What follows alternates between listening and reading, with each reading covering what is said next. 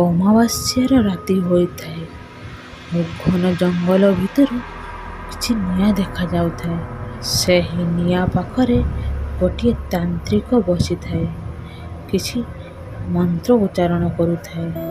ଓମ୍ ଚାମୁଣ୍ଡାୟ ସ୍ୱାହା। ଓମ୍ ଚାମୁଣ୍ଡାୟ ସ୍ୱାହା। ଓମ୍ ପିଶାଚାୟ ସ୍ୱାହା। ଆଉ ସେତିକି ବେଳେ ଗୋଟିଏ ସ୍ତ୍ରୀ ଲୋକ ଆସି ପହଞ୍ଚିଯାଏ। ସେ ବହୁତ ଡରିଲା ଭଳି ଲାଗୁଥାଏ। ସେ ବାବାଙ୍କ ପାଖରେ ଆଣ୍ଠୁ ମାଡ଼ି ବସିଯାଏ। ଏ ତୁ ନାରୀ, ତୁ ମୋ ପାଖକୁ କାହିଁକି ଆସିଛୁ? ଜାଣିଛୁ ତୁ କାହା ପାଖକୁ ଆସିଛୁ? ଜାଣିଛି ବାବା, ଜାଣିଛି। ମୁଁ ବହୁତ ଆଶା ନେଇ ମୁଁ ଆପଣଙ୍କ ପାଖକୁ ଆସିଛି। ପ୍ଲିଜ୍ ମୋତେ ସାହାଯ୍ୟ କରନ୍ତୁ। ତୋର କି ଅସୁବିଧା ହୋଇଛି ନାରୀ? କହ, ମୁଁ ତୋର କି କାମରେ ଲାଗିପାରିବି? ବାବା, ମୋ ବାହାଘରକୁ 12 ବର୍ଷ ହୋଇଗଲାଣି, ହେଲେ ମୋର କେହି ପିଲାପିଲି ବି ହେଉନାହାନ୍ତି। ଗାଁ ଲୋକ ବହୁତ କଥା କହୁଛନ୍ତି ମୋତେ, ହେଲେ ମୋ ସ୍ୱାମୀ ଆଜି ଗୋଟେ ସ୍ତ୍ରୀ ଲୋକକୁ ରଖିବାକୁ ଡିସାଇଡ଼୍ କରିସାରିଛନ୍ତି ମୋ ଘରେ। ମୁଁ ଏବେ କ'ଣ କରିବି? ତୁ କାହା ପାଖକୁ ଆସିଛୁ ଜାଣିପାରୁଛୁ? ପିଶାଚଙ୍କ ପାଖକୁ ଆସିଛୁ। ପିଶାଚମାନଙ୍କର ମୁଁ ତାନ୍ତ୍ରିକ। ମୁଁ ଯାହା କହିବି ତୁ ସେଇଆ କରିପାରିବୁ? ଆଜ୍ଞା ବାବା, ଆପଣ ଯାହା କହିବେ ମୁଁ ସେଇଆ ହିଁ କରିବି। ମୁଁ ମୋ ଜୀବନକୁ ବି ବାଜି ଲଗେଇଦେବି, ହେଲେ ମୋର ପିଲା ଦରକାର ବାବା। ସେହି ସ୍ତ୍ରୀ ଲୋକର କଥା ଶୁଣି ତାନ୍ତ୍ରିକ ଟିକେ ମୁର୍କି ହସିଦେଲା। ତୁ ଭଲ ଭାବେ ଭାବିନେ କ'ଣ କରିବୁ। ଯଦି ତୋର ପିଲା ଦରକାର, ତାହେଲେ ମୁଁ ଯାହା କହିବି ତୁ ସେମିତି କରିପାରିବୁ? ଆଜ୍ଞା ବାବା, ଆପଣ ଯେମିତି କହିବେ, ଯାହା କହିବେ ମୁଁ ସେମିତି ହିଁ କରିବି, ହେଲେ ମୋର ପିଲା ହିଁ ଦରକାର। ଓମ୍ ଚାମୁଣ୍ଡାୟ ସ୍ୱାହା। ଓମ୍ ପିଶାଚ ଦେବତାୟ ସ୍ୱାହା। ମୁଁ ତୋତେ ଏମିତି କିଛି ମନ୍ତ୍ର କହିବି, ଯାହାକି ତୋ ସ୍ୱାମୀ ତୋର ଛଡ଼ା ଆଉ କୋଉ ସ୍ତ୍ରୀ ଲୋକକୁ ବି ଅନାଇବ ନାହିଁ। ସେହି ତାନ୍ତ୍ରିକ କଥା ଶୁଣି ସେ ସ୍ତ୍ରୀ ଲୋକଟିକୁ ମୁର୍କି ହସିଦେଲା ଆଉ କହିଲା, ବାବା ଆପଣ ଯାହା କହିବେ ମୁଁ ସେଇଆ କରିବି। ମୁଁ ମରିବାକୁ ବି ପଛେଇବି ନାହିଁ, ହେଲେ ମୋର ପିଲା ଟିକେ ଦରକାର। ବ୍ୟସ୍ତ ହୁଅନି ଝିଅ, ମୁଁ ଏମିତି କିଛି ମନ୍ତ୍ର କରିବି, ଯାହାକି ତୋ ସ୍ୱାମୀ ତୋତେ ହିଁ ଦେଖା କରିବ ଓ କୋଉ ଝିଅକୁ ବି ଦେଖିବ ନାହିଁ, ଆଉ ତୋ କଥା ସବୁବେଳେ ମାନିବ। ଆଉ ସେତିକି ବେଳେ ଅଗ୍ନି ଜୋରସେ ଜଳିବାକୁ ଲାଗିଲା ଆଉ ତା ଭିତରୁ ଗୋଟିଏ କଳା ରଙ୍ଗର ପିଶାଚ ବାହାରି ଆସିଲା। ଆଉ ତାକୁ ଦେଖି ସେ ସ୍ତ୍ରୀ ଲୋକଟି ଜୋରସେ ଚିତ୍କାର କରିବାକୁ ଲାଗିଲା। ନାଇଁ ବାବା, ଏ ଅଗ୍ନି ଭିତରୁ କିଏ ବାହାରି ଆସିଲା? କିଏ ସେ? କ'ଣ ହେଲା ନାରୀ, ତୁ ଏତେ ଜୋରସେ ଚିତ୍କାର କଲୁ କ'ଣ ପାଇଁ? ତୁ ପିଶାଚ ଦେବତାକୁ ଉଲଟପାଲଟ କରିଦେଲୁ। ସେ ବହୁତ କ୍ରୋଧିତ ହୋଇଯାଇଛି। ପିଶାଚ ଦେବତା ରୁଷ୍ଟ ହୋଇଗଲା ତୋ ଉପରେ। ତୋତେ ଆର ଫଳାଫଳ ଭୋଗିବାକୁ ପଡ଼ିବ। ଯଦି ପିଶାଚ ଦେବତାକୁ ତୁ ସନ୍ତୁଷ୍ଟ କରିବାକୁ ଚାହୁଁଛୁ, ତାହେଲେ ଅଗ୍ନିକୁଣ୍ଡରେ ତୋତେ ଡେଇଁବାକୁ ପଡ଼ିବ।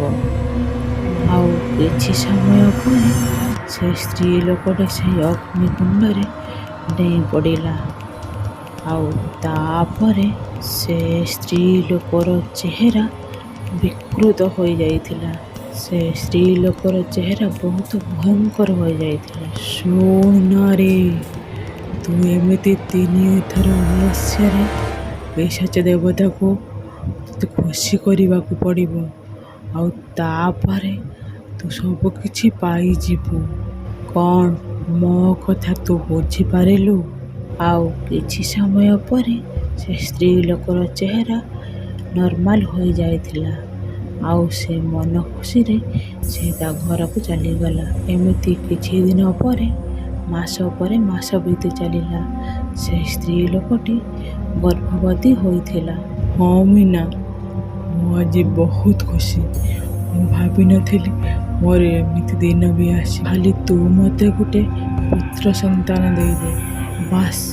ଆସିବ ସ୍ୱାମୀ, ସେଦିନ ବହୁତ ଜଲ୍ଦି ଖୁସି ଖବର ଆସିବ।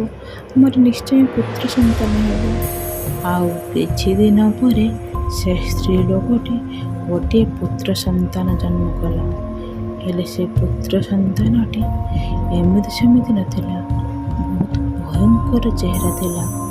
ବୟସ୍କ ଭଳି ଚେହେରା ଦେଖାଯାଉଥିଲା। ସେ କାନ୍ଦୁନଥିଲା। ସେ ସମସ୍ତଙ୍କ ଠାରୁ ବହୁତ ଭିନ୍ନ ଥିଲା। ଏମିତି ସେ ପିଲାଟି ଦିନକୁ ଦିନ ବଢ଼ିବାକୁ ଲାଗିଲା।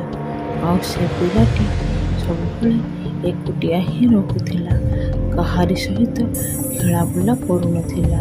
ହେ ଭଗବାନ, ଏ ଅଲକ୍ଷଣୀ କେଉଁଠୁ ଏ ପିଲାକୁ ଆଣିଛି କେଜାଣି। ଏ ମୋ ପୁଅର ଛୁଆ ନୁହଁ। ଏ ଛୁଆ ବହୁତ ଭୟଙ୍କର ରୂପ ଦେଖାଯାଉଛି। କେଉଁଠୁ କଳା ମୁହିଁ ଆଣିଛି କେଜାଣି। ମୋ ପୁଅକୁ ତ ପୁରା କଳା ଯାଦୁ କରି ରଖିଛି। ସେ ତ ଖାଲି ତା ପଛରେ ଗୋଡ଼ାଇ ହେଉଛି ପୁଅ ପୁଅ କହି। ମୁଁ ଏବେ କ'ଣ କରିବି? ମୋତେ କିଛି ଠିକ୍ ଲାଗୁନି ଏ ଛୁଆ। ଶାନ୍ତି ତା ଶାଶୁର କଥା ସବୁ ପଛପଟେ ଶୁଣୁଥାଏ। ଆଉ ତାପରେ ସେ କହିଲା, ମା, ଏ ତମେ କ'ଣ କହୁଛ? ଏ ତୁମରି ନାତି। ତମେ ଯେମିତି କଥାବାର୍ତ୍ତା କରୁଛ ମୋ ପୁଅ ଉପରେ ପ୍ରଭାବ ପକାଇବ। ଟିକେ ଚୁପ୍ ରୁହ। କ'ଣ କହିଲୁ?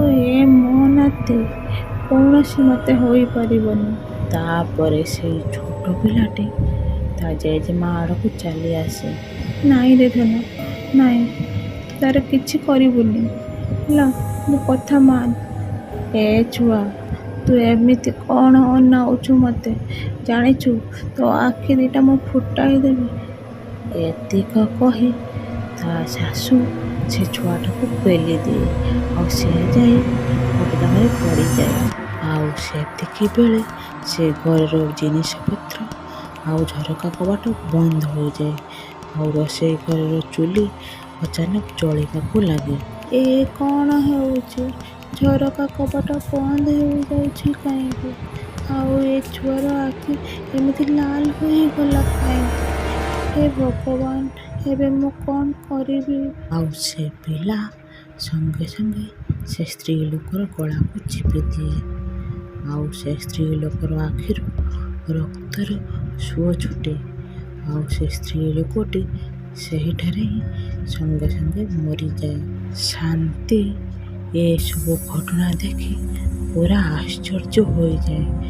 ତା ମୁହଁ ପୁରା ବିସ୍ମିତ ହୋଇଯାଏ।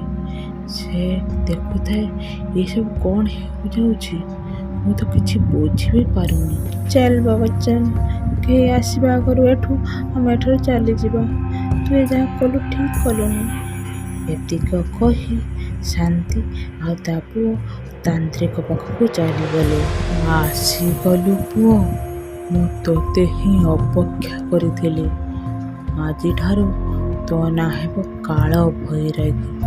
ତୁ କାଳଙ୍କ ଉପରେ ରାଜ କରି। ପିଲାଟି ସଙ୍ଗେ ସଙ୍ଗେ ବଡ଼ ହୋଇଗଲା। ଏ କ'ଣ କରୁଛୁ ବାବା? ଏ ତ ବାବାର ଫଟୋ।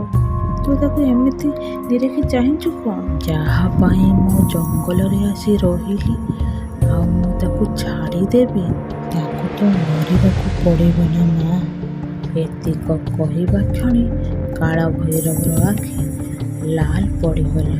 ଆଉ ଶାନ୍ତି କିଛି ଦିନ ପରେ ଶୁଣିବାକୁ ପାଇଲା ତା ସ୍ୱାମୀ ଆଉ ତା ଶ୍ୱଶୁର ମରିଯାଇଛନ୍ତି। ବାବାରେ, ଯାହା ହେବାର ହୋଇଗଲାଣି। ଚାଲ ଆମେ ଆଉ ଗୋଟିଏ ଦୁନିଆକୁ ଚାଲିଯିବା। ଆମେ ସେଇଠାରେ ଶାନ୍ତିରେ ରହିବା। ନାଇଁ ମା, ମୋତେ ଏଠାରୁ କୋଉଠିକି ଯିବାର ନାହିଁ। ମୋତେ ମୃତ୍ୟୁକୁ ଜୟ କରିବାର ଅଛି। ତୁ ଏବେ ଛୋଟ ଅଛୁ କାଳ ଭୈରବ। ତୋତେ ଆଉ କିଛି ଦିନ ଅପେକ୍ଷା କରିବାକୁ ପଡ଼ିବ। ନାଇଁ ଗୁରୁଦେବ, ମୋତେ ଏବେ ହିଁ ଶିଖିବାକୁ ପଡ଼ିବ। ମୋତେ କୁହନ୍ତୁ କ'ଣ କରିବାକୁ ପଡ଼ିବ? ଏତିକ କହିବା କ୍ଷଣି କାଳ ଭୈରବର ଆଖି ଲାଲ ପଡ଼ିଗଲା। ଆଉ ସଙ୍ଗେ ସଙ୍ଗେ ତାନ୍ତ୍ରିକ ବାବା କହିଲେ କାଳ ଭୈରବକୁ, ତୋତେ ତୋ ନିଜର ରକ୍ତ ଦେବାକୁ ପଡ଼ିବ, ବଳି ଦେବାକୁ ପଡ଼ିବ। କ'ଣ ପାରିବୁ? ମୁଁ ମୋର ରକ୍ତ ଦେବି ପିଶାଚ ଦେବତାକୁ? କାଳ ଭୈରବ ତାନ୍ତ୍ରିକର କଥା ଶୁଣି ତା ମା ଆଡ଼କୁ ପଛପଟକୁ ଅନାଇ ଦିଏ। କାଳ ଭୈରବର ଏମିତି ଅବସ୍ଥା ଦେଖି ତା ମା ବୁଝିନିଏ ଆଉ ସଙ୍ଗେ ସଙ୍ଗେ କହେ, ବାବାରେ, ମୁଁ ତ ମା, ତୁ ମୋ ଆଡ଼କୁ କାହିଁକି ଆସିଯାଉଛୁ? ମୁଁ ତୋତେ ବହୁତ କଷ୍ଟରେ ପାଳିଛି ପୋଷିଛି, ତୁ ମୋର କିଛି କ୍ଷତି କରିନି। ଆରେ ମା, ତୁମେ ତ ମୋତେ ଶିଖାଇଛ ନା ମୋତେ ଉପରକୁ ଉଠିବାର ଅଛି, ଆଉ ତାପରେ ମୋତେ ଆଗକୁ ଯିବାର ଅଛି ନା ତମ ଦେହରେ ଚଢ଼ି। ଏ ସମାଜରେ କେହି ବି କାହାର ନୁହେଁ, କେବଳ ପିଶାଚ ଦେବତା ହିଁ ସବୁଠାରୁ ବଡ଼। କାଳ ଭୈରବ ସେହିଠାରେ ହିଁ ସଙ୍ଗେ ସଙ୍ଗେ ତା ମାଆକୁ ମାରିଦିଏ। ଏସବୁ ଘଟଣା ତାନ୍ତ୍ରିକ ଦେଖୁଥାଏ। ଆରେ କାଳ ଭୈରବ, ତୁ ତୋ ମାଆକୁ ହିଁ ବଳି ଦେଇଦେଲୁ। ତାନ୍ତ୍ରିକର କଥା ଶୁଣି କାଳ ଭୈରବର ଆଖି ପୁଣି ଥରେ ଲାଲ ହୋଇ ଉଠିଲା। କାଳ ଭୈରବ କହିବାକୁ ଲାଗେ, ମୋତେ ଯାହା ବି ହଉନା କାହିଁକି ମୋତେ ମୃତ୍ୟୁକୁ ଜୟ କରିବାର ଅଛି। କାଳ ଭୈରବର କିଛି ବି ଫରକ ପଡ଼ୁନଥାଏ ତା ମା ମରିଯିବାର। ତାପରେ ତାନ୍ତ୍ରିକ ବାବା ମନ୍ତ୍ର କରିବାକୁ ଲାଗନ୍ତି। ଅଗ୍ନିକୁଣ୍ଡରେ ଅଗ୍ନି ହୁତୁ ହୁତୁ ହୋଇ ଜଳିବାକୁ ଲାଗୁଥାଏ। ଆଉ ସଙ୍ଗେ ସଙ୍ଗେ କାଳ ଭୈରବର ଆଖି ନାଲିରୁ କଳା ହୋଇଯାଏ। ସେ ଜାଣିନିଏ ସେ ମୃତ୍ୟୁକୁ ଜୟ କରିଗଲା। କାଳ ଭୈରବ ଗୋଟିଏ ଚାକୁ ଆଣି ତାନ୍ତ୍ରିକ ବାବାକୁ ତା ବେକରୁ ହାଣିଦିଏ। ତାନ୍ତ୍ରିକ ତା ବେକରୁ ଧାର ଧାର ହୋଇ ରକ୍ତ ବୋହିବାକୁ ଲାଗୁଥାଏ। ତୁ ଏ କ'ଣ କଲୁ? ମୋତେ ବି ଶେଷରେ ମାରିଦେଲୁ। ମୁଁ ଭାବିନଥିଲି ଯେ ମାର ନୁହେଁ ସେ କାହାରି ବି ନୁହେଁ, ମୁଁ ହିଁ ମୂର୍ଖ ଥିଲି। ତାପରେ କାଳ ଭୈରବ କହିବାକୁ ଲାଗେ, ମୁଁ ଏ ସାରା ଦୁନିଆରେ ରାଜ କରିବାକୁ ଚାହେଁ, ସର୍ବଶକ୍ତିମାନ ହେବାକୁ। କାଳ ଭୈରବ ସେହି ଅଗ୍ନିକୁଣ୍ଡରେ ତାନ୍ତ୍ରିକକୁ ବଳି ଦେଇଦିଏ। ଆଉ ସେ ଅଗ୍ନିକୁଣ୍ଡରେ ପିଶାଚ ବାହାରି ଆସେ। ମୁଁ ଆଜି ବହୁତ